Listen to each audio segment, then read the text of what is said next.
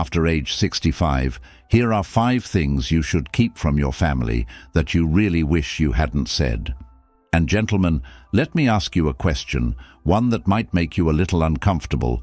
Have you ever said something in a moment of frustration or vulnerability that later made you think, I wish I had just kept that to myself, not because it was untrue, but because it shifted the balance of your relationships in a way you never intended? You see, as we age, we accumulate with wisdom, but we also accumulate regrets. And one of the greatest regrets people express in their later years is revealing too much, giving away pieces of themselves that should have remained sacred. Because contrary to popular belief, not everything needs to be shared. Not every thought, every worry, every burden should be handed over to those around you. Even if they are family, there are things, 5 to be exact, that a wise person should learn to keep to themselves. And if you don't, well, you may find yourself in a position where you are no longer seen as strong, no longer respected, and perhaps even no longer truly heard. So let's walk through these 5 things, not to lie but to protect, not to push people away, but to keep the dignity and peace that become more valuable than gold as you age. Regret is one of the worst things that can happen to you, and as the years go by, it becomes even clearer how different choices could have turned out.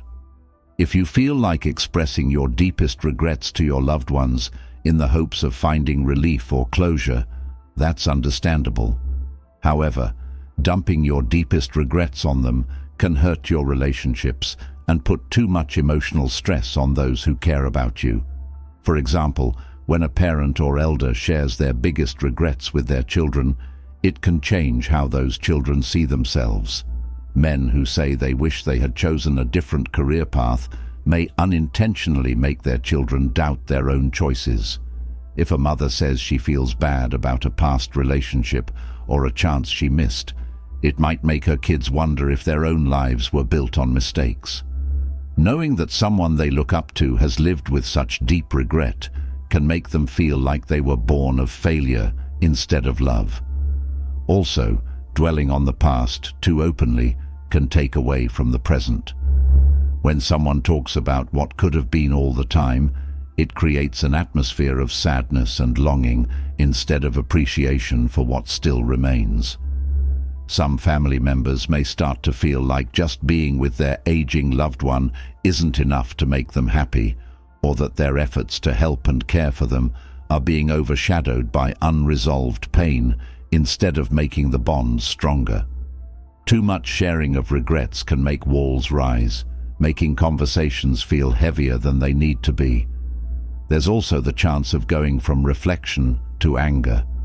Saying sorry should be a way to learn and grow, but when it turns into a cycle of talking about how disappointed you are, it can be hard on family members.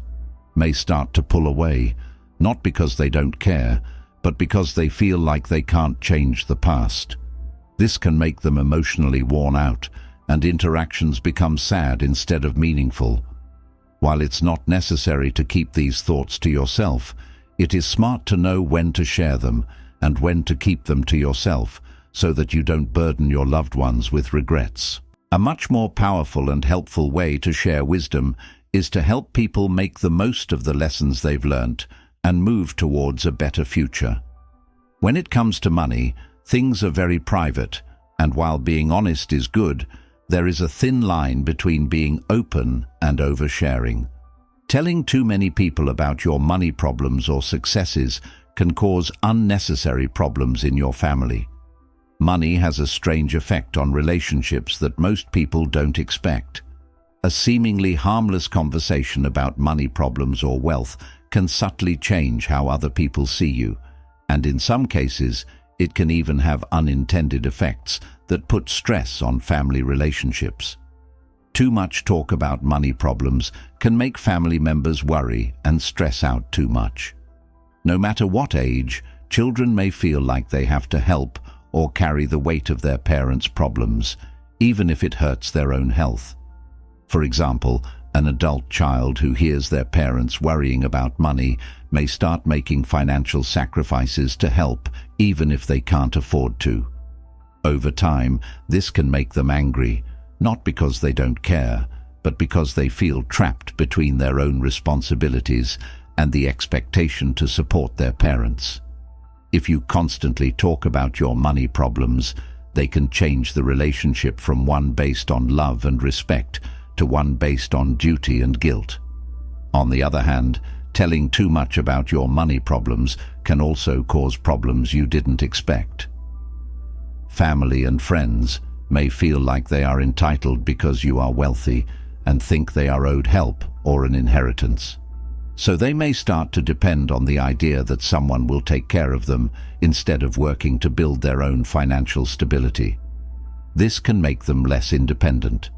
If you share too much about your finances, people may start to treat you differently when money comes up in conversation. This can cause problems between siblings or extended family members because of comparisons and expectations that lead to fights and jealousy. People can treat you like a thing instead of seeing you for who you are, even in family relationships.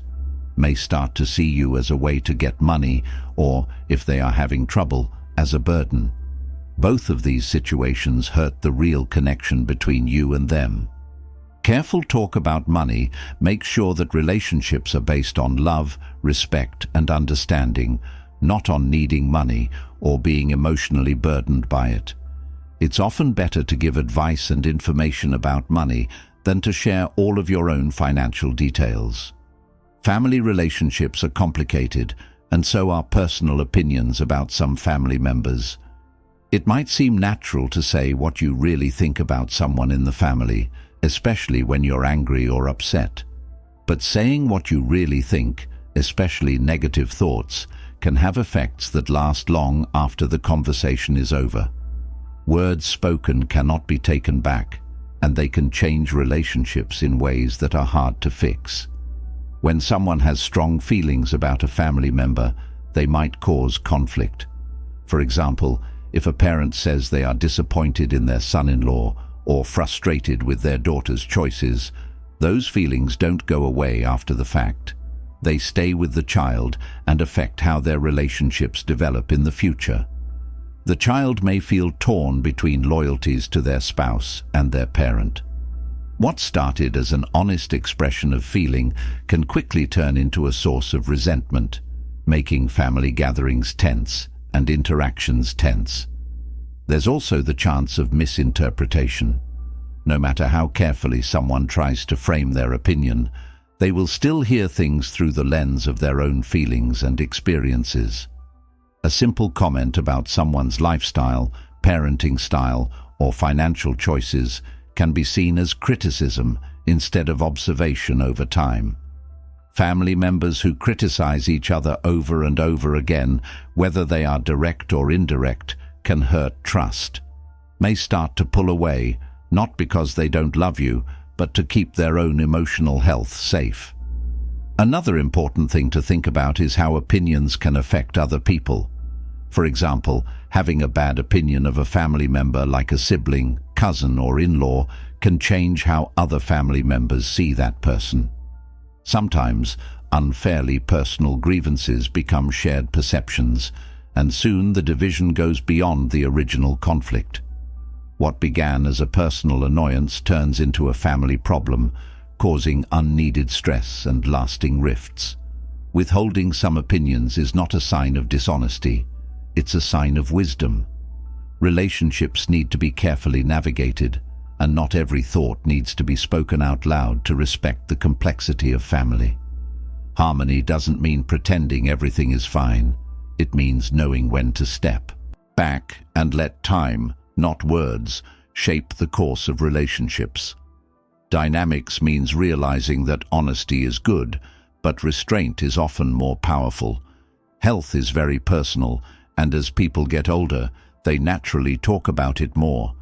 It's normal to want to share your worries with family, especially when you're having a hard time, but there is a fine line between keeping them up to date and talking about your problems all the time.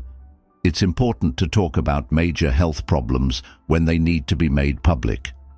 Making health the main topic of conversation can change how family members see and interact with you. One of the unintended effects of talking about health problems a lot is that it can change the relationship. Different from the strong and wise person you've always been, you may start to be seen mainly through the lens of illness or frailty. This can make family members treat you differently, not because they don't care about you, but because they do. Conversations may become less about shared experiences and more about checking in on symptoms, medications, and doctor visits, even if they mean well.